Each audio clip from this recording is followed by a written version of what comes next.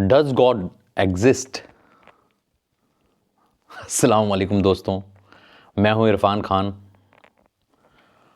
और आज जब मैं सुबह उठा तो आज पहला सवाल जो मैंने देखा बड़ा चर्चा में है, डज गॉड एग्जिस्ट। भाई एक मंच साझा किया गया, मुफ्ती नदवी साहब और जावेद अख्तर साहब के बीच एक घमासान बहस चल रही थी। बहस थी डज गॉड एग्जिस्ट, यानी खुदा है या नहीं। और ये आज की बहस नहीं है, ज़माने पुरानी है, सदियों से चली आ रही है। और मेरे को लगता है जब अब तक चली आ गई तो आगे भी चलती रहेगी, क्योंकि इस मंच को साझा करने का जो मकसद था, मुझे नहीं लगता वो पूरा हुआ। ना मदनी साहब अपनी बात कंप्लीट कर पाए, यानी सामने वाले को मुतमईन नहीं कर पाए जावेद अख्तर साहब को, और ना जावेद अख्तर साहब मुतमईन हुए। भाई आज का पूरा कार्यक्रम इसी कंसेप्ट को लेके था कि भाई जावेद साहब को ये मनवाना है कि खुदा है, और उन्होंने माना नहीं। तो जो 2 घंटे लगाए गए वो बिल्कुल व्यर्थ गए, मैं ऐसा मानता हूं। बहुत सारी बातें हुई, बहुत सारे डिस्कशन हुए, मगर उसमें ना जावेद साहब पहले से ही मन बना के आए थे कि भाई मैं मानूंगा तो हूं नहीं, तुम कर लो कुछ भी। जब 80 साल के होने पे भी अगर मैं इस बात को नहीं माना तो तुम अब मुझे क्या मना लोगे? और मुझे तो मानना ही नहीं है। उनके जहन में तो बिल्कुल क्लियर कंसेप्ट है कि मैं नहीं मानूंगा, क्योंकि ये बात है फेथ की, बिलीफ की। मुझे तो दिखा दो, फील करा दो, एक बार आपस में बात करा दो खुदा से, मैं मान लूंगा। तो अक्सर जितनी भी मैंने कन्वर्सेशन जावेद साहब की सुनी, मैंने यही पाया उनमें। उन्हें खुदा से रूबरू होना है और उनसे कुछ चंद सवालात करने हैं जो उनको बहुत चुभते हैं। चुभने वाली बात भी है, मैं ऐसा नहीं कहूँगा कि चुभने वाले सवाल नहीं हैं। उनका अपना नज़रिया है, एक पर्सपेक्टिव है, और जो कहीं हद तक सही भी है। मगर यहाँ बात हो रही थी डज गॉड एग्जिस्ट की। उस पर कोई मुकम्मल तौर पे बात नहीं हो पाई। वक्त की थोड़ी सी कमी हमेशा इस सब्जेक्ट में रह जाती है। लोग वक्त को बड़ा कम दे पाते हैं इस चीज़ पे। कोशिश करते हैं कि हाँ यार दिया जाए, इस पे बात करी जाए, डिबेट करी जाए। चुन भी लेते हैं। इंडिया से जावेद अख्तर साहब को ज़रा थोड़ा सा ज़्यादा अहमियत दी जाती है, क्योंकि उन्हें डिक्लेयर्ड एथिस्ट कहा जाता है और उनके पीछे पड़ा जाता है। बल्कि वो आते ही प्रोग्राम में कह रहे थे, भाई यार क्या मुझे परेशान कर रहे हो यार। उनके जो एटीट्यूड में था वो यही था, भाई क्या पीछे ही पड़ गए यार कि खुदा है, खुदा है। मनवा के ही मानोगे? और मैं मानूंगा नहीं। भाई मैं तो मानूंगा नहीं, क्योंकि तुम्हारी इतनी हैसियत नहीं है कि तुम मुझे उससे रूबरू करा सको। तुम मुझे बहुत सारे फैक्ट बताओगे, और मैं इतना स्कॉलर हूं, मैं इतना पढ़ा लिखा हूं, ये सब फैक्ट मुझे पता है, मगर मुझे मानने नहीं है। अब क्या करा जाए? भाई 2 घंटे चर्चा रही, और अभी पूरे दिन भी इसी बात पे गहमा गहमी चल रही है। हर आदमी इस बात को डिस्कस भी कर रहा है कि है या नहीं है, मगर नतीजा कुछ नहीं निकल रहा। और जावेद अख्तर साहब से पूछ भी लिया गया, अगर कोई गरीब शख्स होता, भाई लेबर चौक पे खड़ा हुआ किसी मजदूर से आप पूछो कि खुदा है, और वो कहे नहीं है, तो आप उसके 2 गाल पे मारोगे और कहोगे कि भाग यहाँ से, तेरे कहने ना कहने से थोड़ी नहीं होगा। मगर जावेद अख्तर साहब बड़े रिस्पेक्टेड आदमी हैं, अचीव किया है उन्होंने लाइफ में कुछ बढ़िया, तो उनको ऐसा नहीं कहा जा सकता। उनसे प्यार से ही बात करनी पड़ेगी। उनसे कहना पड़ेगा, भाई हम बड़े एहतराम के साथ चाहते हैं कि आप इस बात को मान लें। मगर वो कहते हैं मैं नहीं मानूंगा। भाई तुम कितने ही प्यार से कह लो, जो मैं नहीं मानता वो मैं नहीं मानता। मिलवा दो, एक 2 टुक बात करा दो, मैं भी गिरेबान पकड़ के पूछ लूं खुदा से कि भाई ऐसा क्यों चल रहा है, तुम्हारी बनाई दुनिया है और यहाँ रेप हो रहे हैं, बलात्कार हो रहे हैं, बम फट रहे हैं, लोगों को, छोटे छोटे बच्चों को बमों से उड़ा दिया जा रहा है, तुम रोकते क्यों नहीं? मैं पूछना चाहता हूँ। ये जावेद साहब की बात है, मेरी नहीं भाई, मेरी नहीं है, कहीं आप मेरे को पर्सनली ले जाओ। तो ये जावेद साहब चाहते हैं कि खुदा का गिरेबान पकड़ के पूछना कि भाई इतना कुछ गलत तुम्हारे सामने हो रहा है तुम्हारी दुनिया में, तो इस पे तुम कुछ करते क्यों नहीं? उनका सवाल बस यही है, उन्हें नहीं मतलब खुदा है या नहीं है। अब एक बात आती है, जावेद साहब कैसे आदमी हैं? भाई अगर मैं ऊपरी तौर से देखता हूं, जैसा मैं उनके बारे में देखता आया हूं, बहुत रिस्पेक्टेड आदमी हैं। उन्होंने अपनी ज़िंदगी में बहुत अच्छे काम किए हैं, बहुत अच्छी शायरी लिखी है और भी ज़िंदगी में एक अच्छे आदमी की तरह रहे हैं। कोई बुराई नहीं है, ऐसा मैं देख पाता हूं कि कोई बुराई बहुत ज़्यादा नहीं दिखाई देती, तो अच्छे आदमी हैं। उनकी वाइफ भी अच्छी हैं, शबाना आज़मी जी, वो भी बहुत काबिल एहतराम है। और उनका बेटा भी है फरहान अख्तर, वो भी काबिल एहतराम है, बहुत अच्छा एक्टर है, बहुत अच्छा डायरेक्टर है और अपनी ज़िंदगी में एक अच्छा कर पाया है और एक अच्छे इंसान के तौर पे जाना जाता है। तो एक रेस्पेक्टेड फैमिली है, मैं ये मानता हूँ। अब उन्हें दिक्कत क्या है? नाम तो उन्होंने अपना मुसलमान के तौर पे रखा हुआ है, जावेद अख्तर, दो वो एथिस्ट कहते हैं अपने आप को। तो मैं ये देखता हूं, दिक्कत उन्हें कुछ नहीं है, उनकी ज़िंदगी में सब कुछ बहुत बढ़िया चल रहा है। खुदा की सबसे ज़्यादा ज़रूरत पता है किसको होती है? जिसकी ज़िंदगी में प्रॉब्लम्स हों, इतनी प्रॉब्लम्स हों कि जिसका सॉल्यूशन ही ना मिल पा रहा हो, तब खुदा की ज़रूरत ज़्यादा पड़ती है। उन्हें ऐसी ज़रूरत पड़ी नहीं, क्योंकि पूरी ज़िंदगी बहुत बढ़िया निकली, पूरी ज़िंदगी बहुत बढ़िया निकली माशाल्लाह। पैसे वैसे भी बहुत बढ़िया रहे, लाइफ स्टाइल भी बहुत बढ़िया रहा और दुनिया में इज़्ज़त एहतराम ये भी बहुत बढ़िया रहा, आज तक है। तो ऐसे शख्स से मैं कहूं कि उसको खुदा की बहुत ज़्यादा ज़रूरत है, तो शायद है नहीं, क्योंकि उसकी ज़िंदगी में सब कुछ बहुत परफेक्ट चल रहा है।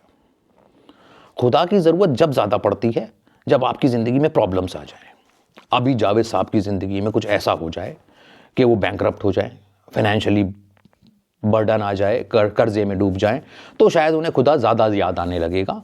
फिर उन्हें ये ध्यान आने लगेगा कि नहीं यार, कोई ऐसी पावर तो है, क्योंकि मैं तो बहुत बढ़िया चल रहा था और एकदम से सब कुछ डाउन हो गया, मेरा डाउनफॉल आ गया, तो कुछ तो कोई ताकत है जो मेरे को रोक रही है, कुछ गड़बड़ हो गई है। वहाँ ज़्यादा ज़रूरत पड़ेगी, अभी ज़रूरत नहीं है। पैसे वालों को बहुत ज़्यादा खुदा नहीं चाहिए, क्योंकि वो अपने आप को ही बहुत खुदा मानने लगते हैं। उनको लगता है सब कुछ हम ही तो कर रहे हैं। अब बात कर लेते हैं मुफ्ती नकवी साहब की।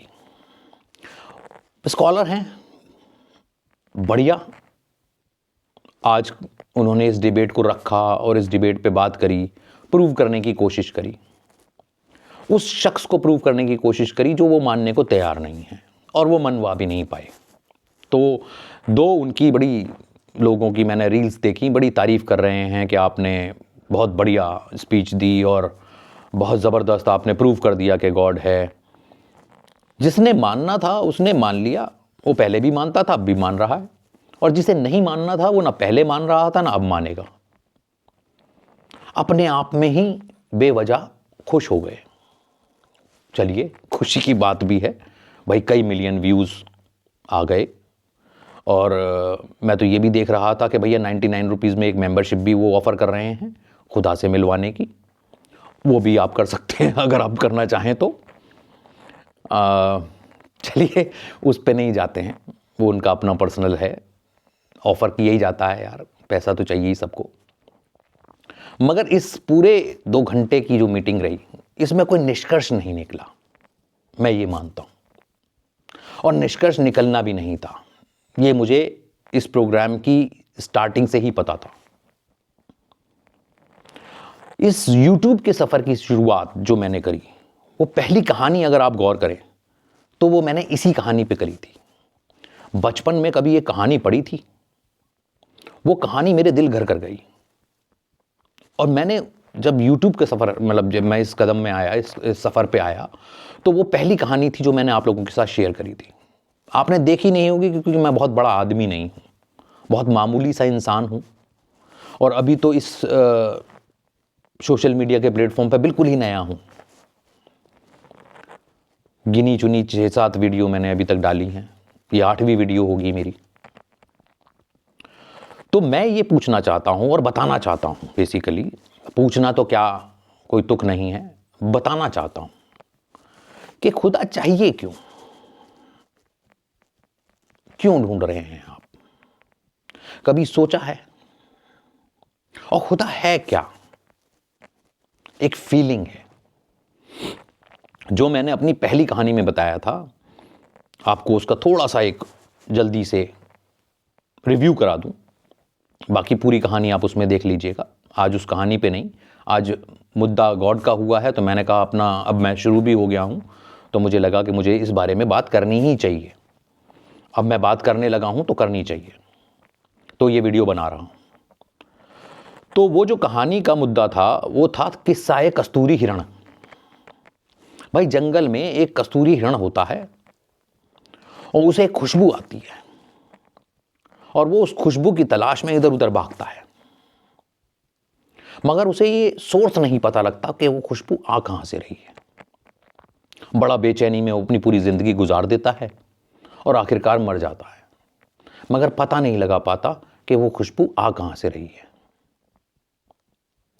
तो ऐसा ही हम इंसानों के साथ मैं फील करता हूं। भाई खुदा एक फीलिंग है, जो फील होता है, दिखता नहीं है। भाई मैं ये भी कहता हूं कि वो तो जानवर था, वो हिरण जो है वो तो जानवर था, उसको खुशबू कहां से आ रही है कोई बताने वाला था ही नहीं। आप हो इंसान,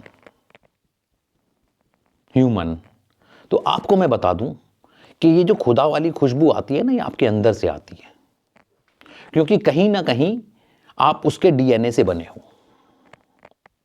भाई जो प्रोग्रामर होता है, क्रिएटर होता है, उसकी तो क्रिएटिविटी हो आप, तो आपके अंदर वो सब है जो उसने कभी सोचा होगा, चाहा होगा, वो सब आपको दिया गया है।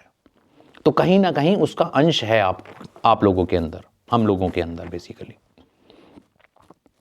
तो ये एक फीलिंग है, और अगर आप फील ही नहीं कर पा रहे हो तो कोई बात ही नहीं है, यानी खुदा नहीं है। और अगर फीलिंग है और उसकी तलाश है कि भाई है कहां, तो ये तो एक बेवजह वाला क्वेश्चन हुआ कि आपको फीलिंग दिखाई कैसे जाए। भाई बहुत सारी फील आप करते होगे, मैं भी करता हूं, तो हर फीलिंग मुझे दिखती नहीं है, मगर मैं उसे फील कर पाता हूं, महसूस कर पाता हूं। जो महसूस करने की चीज है उसे महसूस ही किया जा सकता है, देखा कैसे जा सकता है? जैसे हिरण को खुशबू फील होती थी, महसूस होती थी, तो वो फील ही तो कर सकता था। वो चाहे तो अपनी जिंदगी को उस फीलिंग में, एक अच्छी फीलिंग में, क्योंकि अच्छी फीलिंग आ रही थी, खुशबू आ रही थी, उसमें वो उस फीलिंग में उस अपनी जिंदगी गुजार सकता था, मगर उसने बेचैनी में गुजारी उस फीलिंग का सोर्स जानने में कि वो आ कहां से रही है। ऐसे ही इंसान भी इसी फीलिंग को बिल्कुल गलत तरीके से जी रहा है। मैं जो मानता हूं कि उस फीलिंग में जीने की बजाय उस फीलिंग के पीछे भाग रहा है कि ये सोर्स कहां है, मतलब खुदा मिल जाए, हर जगह है, हर वक्त है। मगर अगर खुदा अपनी प्रेजेंस शो कर दे, एक एग्जाम्पल के तौर पे बात करते हैं, आपकी बड़ी बात कर दी जाए कि आपको खुदा अपनी प्रेजेंस शो कर दे कि वो आपके साथ 24 घंटे है, हर पल, तो आप अपनी जिंदगी को जरा तसव्वुर करके देखिएगा कि आपको कैसी जिंदगी लगेगी। ऐसे लगेगा कि आपके ऊपर कोई कैमरा लेके, जैसे मैं अभी आपके पीछे पीछे कैमरा लेके आपकी पूरी जिंदगी को फोकस करने लगूं, आप कैसे जी रहे हो, क्या कर रहे हो, क्या नहीं कर रहे हो, आप कैसा फील करोगे? अच्छा फील कर पाओगे? आपको लगेगा 24 घंटे वॉच में हूं मैं। ऐसी चाहते हैं आप जिंदगी? मुझे नहीं लगता कि कोई भी शख्स इस पूरी दुनिया में ऐसी जिंदगी चाहेगा कि उसकी पूरी जिंदगी लाइव हो, कुछ राजदार ही ना हो।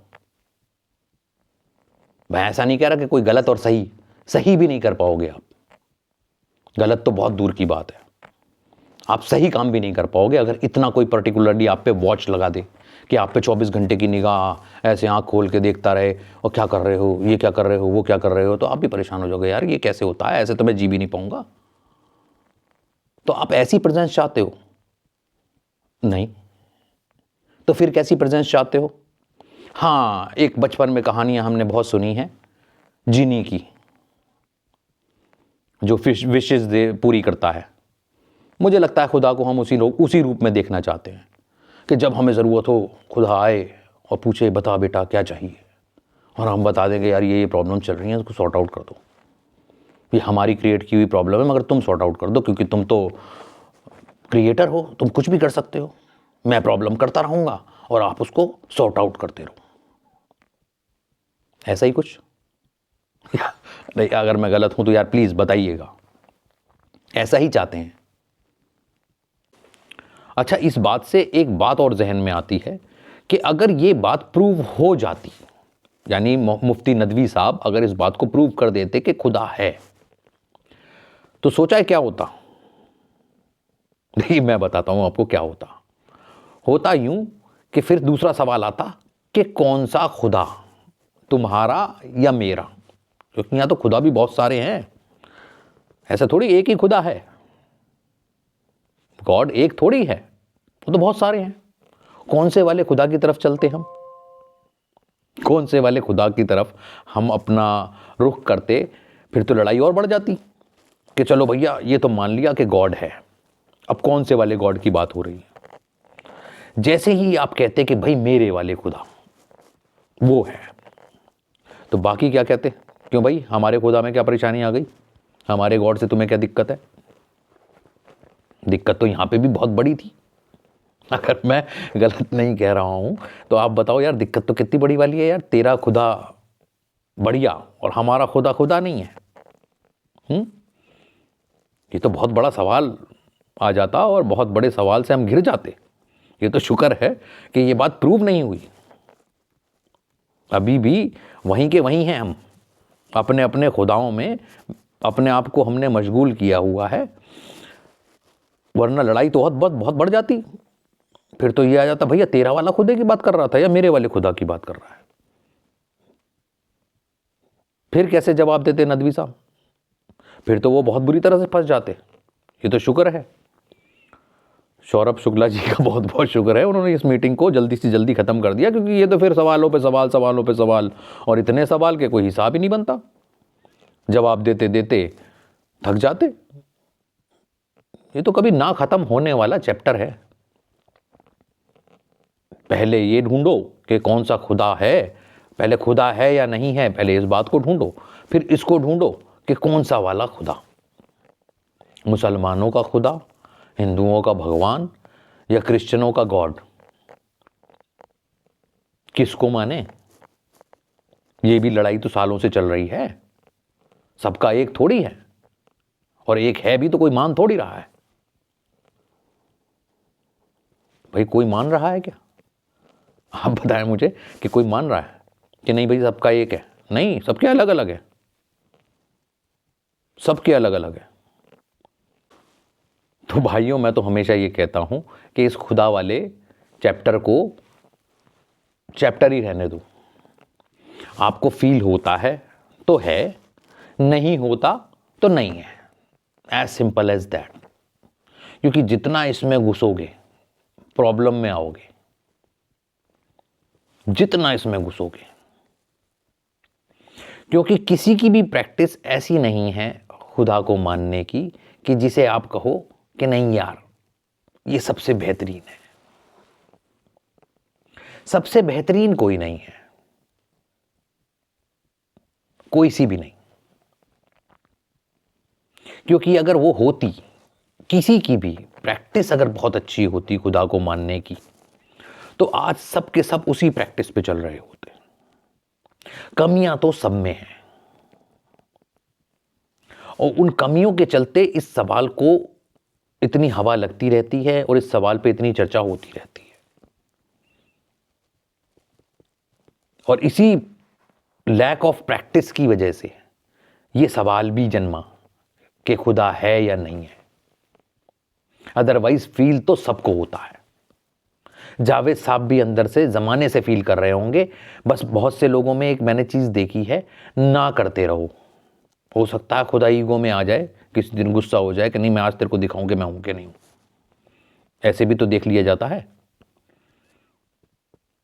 भाई, खुदा को ऐसे भी तो देखा जा सकता है कि भाई आप मानते हो अंदर से, मगर कहते मुंह से ना ही आ रहे हो सकता है वो अंदर से पूरी तरह से मानते हो कि खुदा है, मुंह से नहीं कहते, मुंह से ना कहते हो सकता है, बिल्कुल हो सकता है भाई, उनके दिल की वो जाने। मैं तो सिर्फ अपने दिल की जानता हूं, मैं किसी और के दिल की नहीं जानता भाई। तो वो सिर्फ हो सकता है पब्लिकली कह देते हो कि भाई मैं नहीं मानता, और अंदर से मानते हो, फिर क्या होगा भाई? ऐसा भी तो होता है ना, बहुत सारे लोग ये जो कोशिश करते हैं कि हम नेगेटिव बोलते रहें, हो सकता है इस बहाने हमसे मिल ही ले खुदा, ये भी तो कोशिश होती है। तो शायद ऐसी कोशिश में लगे हो, उनकी वो जाने, मैं नहीं जानता उनके दिल में क्या है। मुंह से वो बोलते हैं खुदा नहीं है, तो उनका मुझे सिर्फ इतना ही समझ में आया कि उनको जो थोड़ी बहुत जो ज़िंदगी दुनिया में बुरा हो रहा है उनसे बर्दाश्त नहीं होता, और उन्हें लगता है ये जब मुझसे बर्दाश्त नहीं हो रहा, एज अ बीइंग ह्यूमन मैं बर्दाश्त नहीं कर पा रहा, तो इतनी बड़ी बात वो खुदा जो पूरी दुनिया चला रहा है वो क्यों बर्दाश्त कर रहा है। उनका सवाल तो सिर्फ इतना है, सिर्फ इतना सा प्रॉब्लम है उन्हें। बाकी बड़ी मैं कहता हूँ कोई प्रॉब्लम ही नहीं दिखाई दिया उनको। मेरे किसी भी बात में कहूँ कि उनको कोई प्रॉब्लम नहीं है, सिर्फ उनको खुदा से सिर्फ इतनी ही शिकायत रह गई है ज़िंदगी में, और जो पहले से है, और वो अभी भी वो शिकायत बरकरार है उनकी, कि अगर खुदा है तो जो बात मुझे इतनी नागवार गुजर रही है as a being a good human, अगर मैं ये बात बर्दाश्त नहीं कर पा रहा कि इतना बुरा दुनिया में हो रहा है, भाई मैं तो एक मामूली सा इंसान हूँ, मैं इसे सही नहीं कर सकता, मगर खुदा तो बहुत ताकतवर है, वो कर सकता है, और वो क्यों नहीं कर रहा है। उनकी सिर्फ इतनी ही गलती मैं देख पाता हूं। अब बात आती है कि बाकी जो ताकतवर लोग हैं, चलो जावेद साहब इतने ताकतवर नहीं हैं, अब तो उम्र भी हो गई, जो ताकतवर हैं वो क्या कर रहे हैं? जो ताकतवर हैं वो क्या कर रहे हैं? वो बैठ के क्यों तमाशा देख रहे हैं? क्या उनकी रिस्पॉन्सिबिलिटी नहीं है कि दुनिया में जो बुरा हो रहा है उस पर रोक लगाई जाए? क्या वो इतने पावरफुल नहीं है कि इंसानों का करा हुआ गलत वो इंसान ही सही कर ले? जब जिम्मेदारी इंसान को दी गई है सही और गलत की, तो अगर गलत कर सकता है तो क्या वो सही नहीं कर सकता? ये गलती इंसानों की है कि गलत हो रहा है, तो इंसानों का ही फर्ज है कि इसे सही करें। तो मेरा उन मुकामों पर बैठे हुए लोगों से ये सवाल है कि क्या तुम्हें दिख नहीं रहा है कि इंसान कितना गलत कर रहा है? तो सही करने की जिम्मेदारी नहीं उठा सकते? अगर तुम इतने लायक हो, इस पावर पे हो कि तुम सब सही कर सकते हो, तो तुम सही क्यों नहीं कर रहे हो? क्यों स्टेप्स नहीं ले रहे हो? क्यों इस दुनिया की चकाचौंध में इतना खो गए हो कि तुम्हें ये दिखना बंद हो गया है? तो ये सवाल इंसानों के लिए है। खुदा का जवाब तो मैं आपको किसी और वीडियो में दूंगा कि वो ऐसा क्यों नहीं कर रहा। इंसानों का जवाब इस वीडियो से पूछ रहा हूं, इस वीडियो के माध्यम से, कि वो इंसान जो बहुत अच्छे मुकामों पे बैठे हैं, जिनके हाथ में पावर है, वो क्यों इसे सही नहीं कर रहे हैं? वो क्यों गलत करने में लगे हुए हैं? उन्हें सही गलत समझ में नहीं आता है, या सही गलत भूल जाता है एक आदमी पैसा आने के बाद, पावर आने के बाद?